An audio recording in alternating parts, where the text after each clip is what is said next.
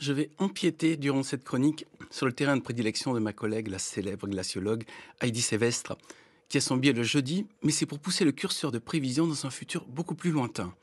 En effet, plutôt que d'imaginer les conséquences de la fonte progressive des pôles, je vous propose carrément de réfléchir sur ce qui se passerait si toute la glace existante sur la Terre fondait.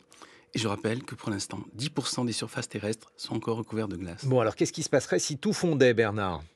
Eh bien, selon un rapport récent du GIEC, groupe intergouvernemental sur l'évolution du climat, si la glace du pôle Nord et du pôle Sud, mais aussi de tous les glaciers du monde fondaient, il y aurait une élévation de la surface des océans et des mers, non pas de 1 mètre, ni de 10 mètres, mais de 60 mètres. Et 60 mètres, pour vous donner un ordre d'idée, cela fait la hauteur de la cathédrale Notre-Dame de Paris. 60 mètres d'élévation du niveau des océans, ça veut dire que tous les continents seraient touchés. Déjà, toutes les îles seraient englouties. Actuellement, les îles de Samoa, qui anticipent la montée des eaux, ont demandé à l'Australie de se préparer à accueillir toute leur population. Mais ça toucherait aussi les continents. Par exemple, le fleuve Amazon se mettrait à s'élargir jusqu'à former une mer intérieure en plein milieu du Brésil.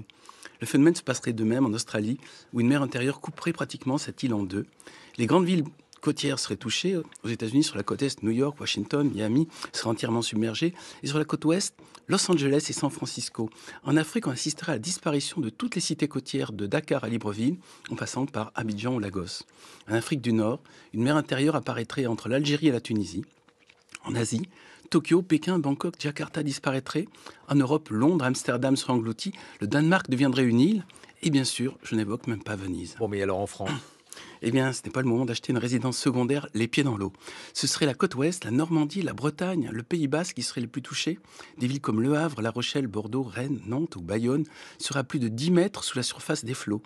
Même la côte méditerranéenne serait touchée et l'eau pourrait remonter jusqu'à Arles, engloutissant Nice et Marseille, qui ne seraient visitables qu'avec des bouteilles de plongée sous-marines et des palmes. Cependant, en même temps que des territoires seraient submergés, de nouveaux territoires émergeraient forcément. En effet, Guillaume, le pôle Nord et le pôle Sud seraient libérés du poids de la glace qui les enfonçait. Ces deux zones s'élèveraient pour se transformer en nouveaux continents avec leurs montagnes, leurs collines, leurs plaines, leurs vallées. Mais alors, est-ce qu'une fonte de toute la glace peut vraiment arriver?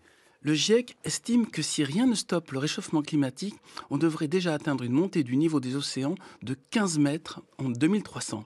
Et pour conclure, je n'utiliserai pas exceptionnellement une citation, mais une référence à un film de science-fiction, Waterworld, le monde de l'eau, avec Kevin Costner. Dans ce film, on montre un futur où l'eau a entièrement recouvert toute la planète. Les humains vivent sur des bateaux et des plateformes flottantes.